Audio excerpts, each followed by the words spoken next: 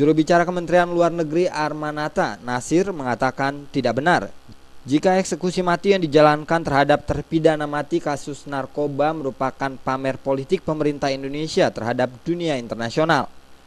Menurut Armanata, eksekusi mati yang diterapkan di Indonesia sudah sesuai dengan aturan yang berlaku dan selain itu saat ini kondisi Indonesia sudah berada di posisi darurat narkoba.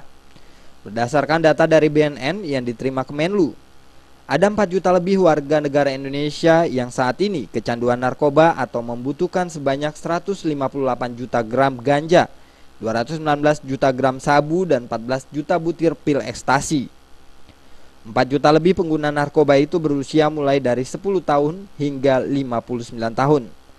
Kondisi inilah yang membuktikan bahwa Indonesia sedang berada di kondisi darurat narkoba. Dari umur 10 tahun anak SD, ya, saya ulangin, 10 tahun anak SD penggunanya sampai umur 59 tahun.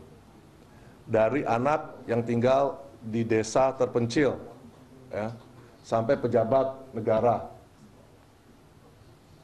Jadi, apakah kita sekarang bisa mengatakan bahwa Indonesia tidak lagi dalam keadaan situasi darurat narkoba? Apakah kita masih mau mengatakan bahwa ini political show?